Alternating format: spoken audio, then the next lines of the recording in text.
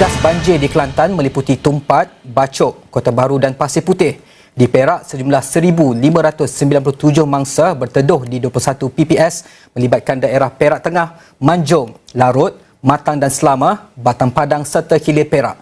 Every year, floods strike Malaysia, affecting thousands of families and communities. Beyond the rising water, floods disrupt life, damage homes, and challenge our resilience as a nation. Yet in time of crisis, Malaysians show their true strength, unity, compassion, and the spirit of helping one another. This is the story how society stand together against floods.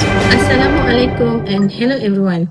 We are from the Synergy 5 group, UUM Center, and for this assignment, we have chosen the topic Floods and Society, how Malaysians stay united in time of crisis. This topic is important because floods are among the most frequent and the most destructive natural disaster in Malaysia every single year. For our society team, we have chosen to talk about floods, a topic that is not only relevant but also affect thousands of lives every single year. Floods remain one of the most frequent and impactful natural disasters in Malaysia, and their effect go far beyond what we see on the news. In Malaysia, floods commonly occur during the northeast monsoon from October to March, especially in the east coast and northern states. The year 2005 has been no different. Continuous rainfall and extreme weather have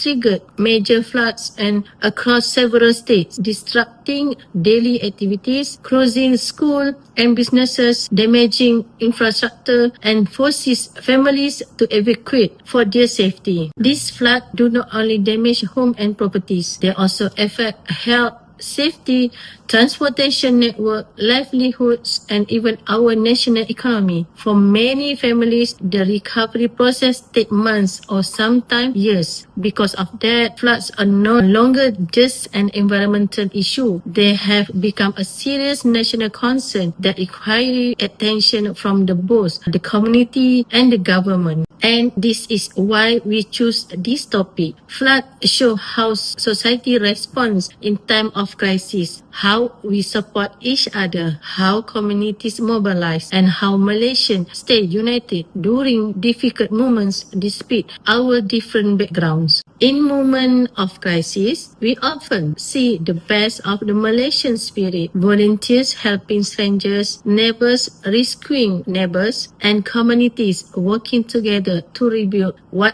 has been lost. The unity is what makes the issue of floods not only important to study, but also meaningful for us to discuss today. Seramai 416 orang mangsa banjir yang telah kita pindahkan, iaitu terlibat di kawasan Batu Niah dan juga di Bintulu.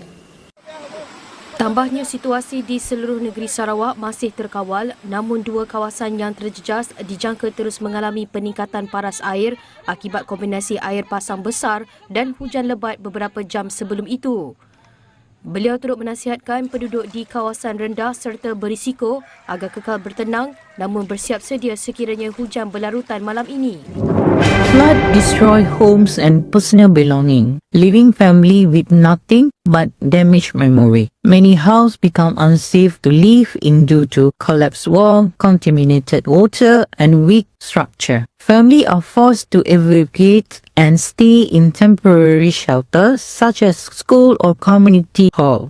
This sudden change caused stress and insecurity, especially for children who struggle to adapt to an unfamiliar environment.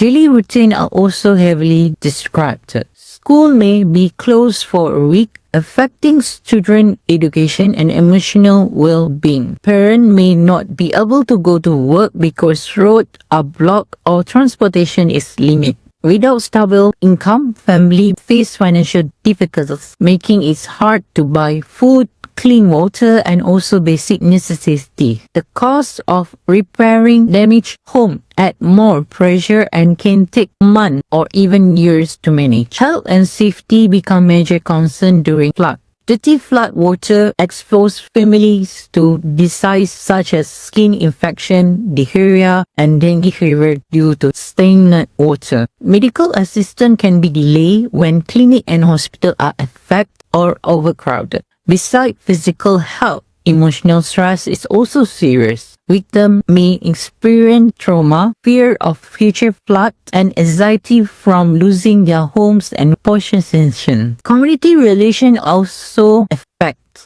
After disaster can unite people to help one another. Limited resources may create tension or competition. Some families feel neglected when it does not arrive quickly or is insufficient for their needs. Rebuilding a sense of security and trust takes time and continuous support. Overall, floods bring long-lasting consequences that extend beyond physical damage. Families struggle with displacement, financial burden, health risks, and emotional trauma. Strong emergency response, improved preparedness, and continuous support are essential to help families recover and rebuild their life with dignity. Majlis Agama Islam Selangor MAIS menyalurkan bantuan berjumlah RM31,878 kepada 99 ketua keluarga yang terjejas banjir di Dusun Nanding dan Kampung Sungai Serai hari ini.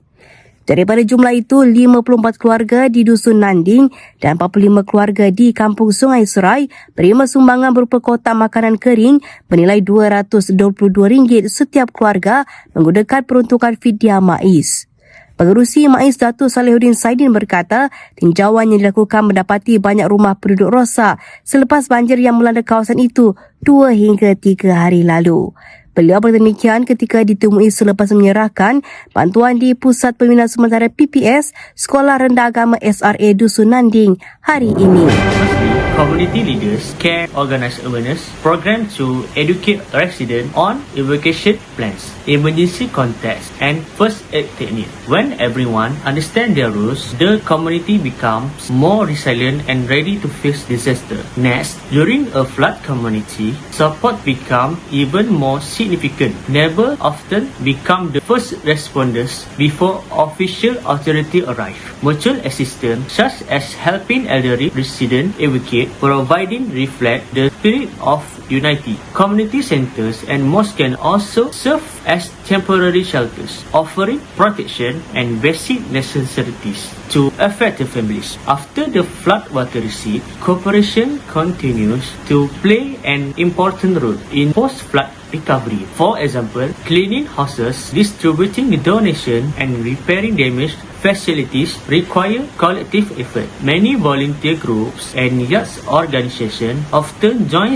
forces with local residents to restore homes and rebuild the community. This shared sense of responsibility creates a supportive environment where everyone works together to return life to normal. And lastly, in conclusion, community support and mutual cooperation are essential elements in addressing flood issues. By preparing together, helping each other during emergency, and rebuilding collectively after the disaster, communities can reduce the impact of floods and exchange resilience. The spirit of unity, compassion, and teamwork not only ensures physical safety but also strengthens the social fabric of the community. Ultimately, when people stand together, they become better equipped to face any challenge that come their way. Yayasan Pembangunan Ekonomi Islam Malaysia YAPIM memperuntukkan RM1.4 juta bagi melaksanakan program bantuan banjir YAPIM 2025. Penyaluran bantuan itu melibatkan 2 fasa, iaitu fasa ketika banjir dan pasca banjir yang turut menggerakkan seluruh tenaga kerja YAPIM di seluruh negara.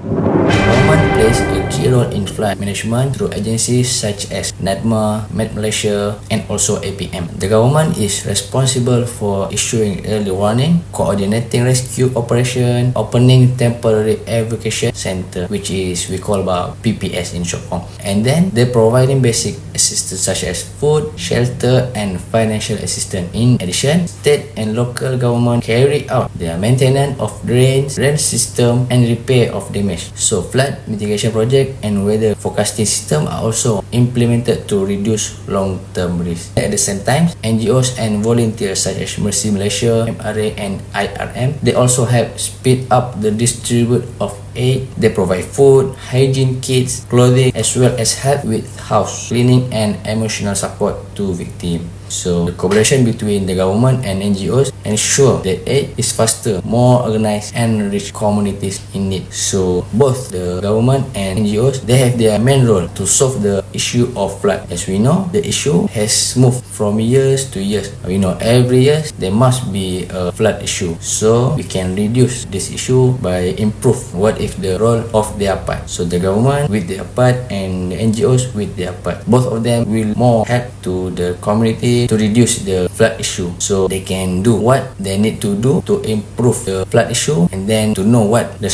responsible of the government to help the community. Masih terdapat kelemahan dari segi pemahaman dalam kalangan agensi-agensi berkaitan di peringkat pusat, negeri dan daerah serta badan berkanun, pihak swasta dan badan-badan bukan kerajaan berkaitan tanggungjawab mereka di bawah arahan MKN nombor 20 di peringkat sebelum, semasa dan selepas bencana. Kelemahan perintah dan kawalan, ketiadaan NADMA di negeri dan daerah menyukarkan koordinasi secara terus dengan agensi-agensi di lapangan.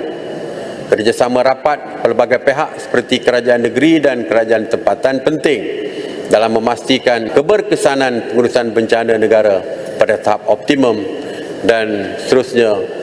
Struktur organisasi sedia ada juga membataskan keupayaan NADMA untuk menyelaras tindakan pengurusan bencana yang melibatkan penduduk setempat, badan-badan bukan kerajaan dan kerajaan tempatan. Issue that recently happened in several states such as Perlis, Kedah, Kelantan and Terengganu. This flood phenomenon occurs almost everywhere and it is getting more serious. So our question are, number one, what are the modern challenges? Number two, how can the community be prepared? Number three, what ideas can help reduce this problem? Question number one, modern challenges. First, the weather is becoming more unpredictable. Sometimes heavy rain falls in a very short time and our drainage system cannot handle the water. Second, there is increasing development. With more building, roads and concrete, water can absorb into the ground. This causes water to flow quickly and leads to floods. Third, rivers are getting smaller and dirty. There is rubbish, mud and sand that cause rivers to overflow easily. Question number two, how the community can prepare. First, keep an emergency bag. Put in important equipment, mineral water, medicine, a flashlight, a power bank and dry food. Second, follow weather updates. Community needs to be alert if there is a heavy rain warning. Third, use community communication. Create WhatsApp, Telegram, a group to share flood information so that everyone can prepare yearly. Question number 3. Ideas to reduce flood problem. First, automatic water level sensor. This device can send flood warning message to resident phone and give them time to evacuate before water rises. Second, safe evacuation building. For example, multi-story school or mosque where a resident can take shelter properly. Number 3, urban water retention ponds. They respond hold rainwater temporarily so that water does not flow directly into river and cause flooding. The community play an important role by preparing before flood, helping each other during emergency and cleaning up after disaster. The government and NGO also support the community by giving yearly warning, rescue help, temporary shelter, food and supplies. Today, floods are harder managed because the weather is unpredictable and drainage system can handle heavy rain. So people must stay alert, keep emergency items and share information quickly. With teamwork, technology and proper planning, the impact of flood can be reduced and community can recover faster. That's all for our videos. Thank you for watching.